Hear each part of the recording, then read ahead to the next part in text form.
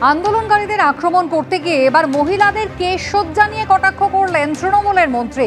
যাদের বয়কাট চুল বা যারা চুল স্ট্রেট করেন তারা মদের বিরুদ্ধে প্রতিবাদ করেন না, তারা মদ খান না, তারা ড্রিঙ্ক করেন মন্তব্য করেছেন উত্তরবঙ্গ উন্নয়ন মন্ত্রী উদয়ন গুহ।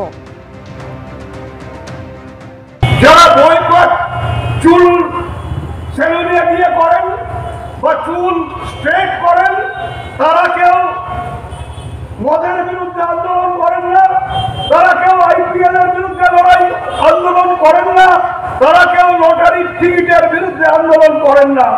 কারণ শহরের মানুষ তারা মদ খান না, তারা ড্রিঙ্ক করেন না। ড্রিঙ্ক করলে অসুবিধা নেই, মদ খেলে অসুবিধা। কিন্তু হাসিনাকে দেখে তোমাদের মুখে যদি হাসি ফোটে, সেই হাসি কি করে বন্ধ করে দিতে হয় তৃণমূলের নেতা কর্মীরা সেটা জানে। সেই কথাটা মাথায় রেখে সাবধানে আন্দোলনকে এগিয়ে নিয়ে যাও।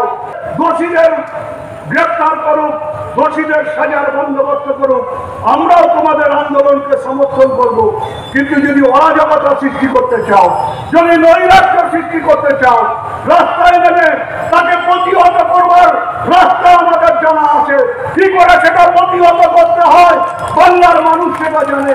বিজেপি বিধায়ক শঙ্কর ঘোষ রয়েছেন টেলিফোন লাইনে। শঙ্করবাবু, উদয়ন গুহ আগে আন্দোলনকারীদের আঙুল ভেঙে দেওয়ার কথা বলেছিলেন, এবার তিনি মহিলাদের কেশসজ্জা জামা কাপড়ের প্রসঙ্গ তুলছেন। দুর্ভাগ্যের রাজ্যের একজন বর্ষিয়ান মন্ত্রী তার বক্তব্যের মধ্যে দিয়ে অন্তত আমি যেটুকু বুঝতে পারছি উনি বিকৃত রুচির মানুষ। ওনার বিকৃত রুচির বহিঃপ্রকাশ ওনার শব্দ বন্ধর মধ্যে দিয়ে প্রকাশিত হচ্ছে। এবং আমার ধারণা উনি মহিলাদেরকে যে চোখে দেখেন সেটা এর আগে কখনো প্রকাশিত হননি। মহিলাদের পোশাক আশাক থেকে শুরু করে উনি নানা বিষয় নিয়ে কথা বলছেন। আমার ধারণা বাড়ির মহিলারাও ওনার এই বিকৃত রুচি এবং চোখের বাইরে নয়, ফলে এই ধরনের মন্তব্য উনি হামেশাই করে যাচ্ছেন। শঙ্করবাবু ধন্যবাদ। আন্দোলনকারীদের আক্রমণ করতে গিয়ে এবার উত্তরবঙ্গ উন্নয়ন মন্ত্রী তিনি মহিলাদের জামা কাপড়ের প্রসঙ্গ তুললেন, তাদের সাজগোজ নিয়ে প্রসঙ্গ তুললেন, এমনকি বাংলাদেশ প্রসঙ্গ বাদ দিলেন না। তিনি কি বলেছেন আরো একবার শুনুন। যারা জিন্স পরেন, যারা বয়কট চুল সেলুনে দিয়ে করেন বা চুল স্ট্রেট করেন তারা কেউ মদের বিরুদ্ধে আন্দোলন করেন না, তারা কেউ আইপিএল এর বিরুদ্ধে লড়াই আন্দোলন করেন না, তারা কেউ লটারির টিকিটের বিরুদ্ধে আন্দোলন করেন না। কারণ শহরের মানুষ তারা মদ খান না, তারা ড্রিঙ্ক করেন। ড্রিঙ্ক করলে অসুবিধা নেই, মদ খেলে অসুবিধা। কিন্তু হাসিনাকে দেখে তোমাদের মুখে যদি হাসি ফোটে, সেই হাসি কি করে বন্ধ করে দিতে হয় তৃণমূলের নেতা কর্মীরা সেটা জানে।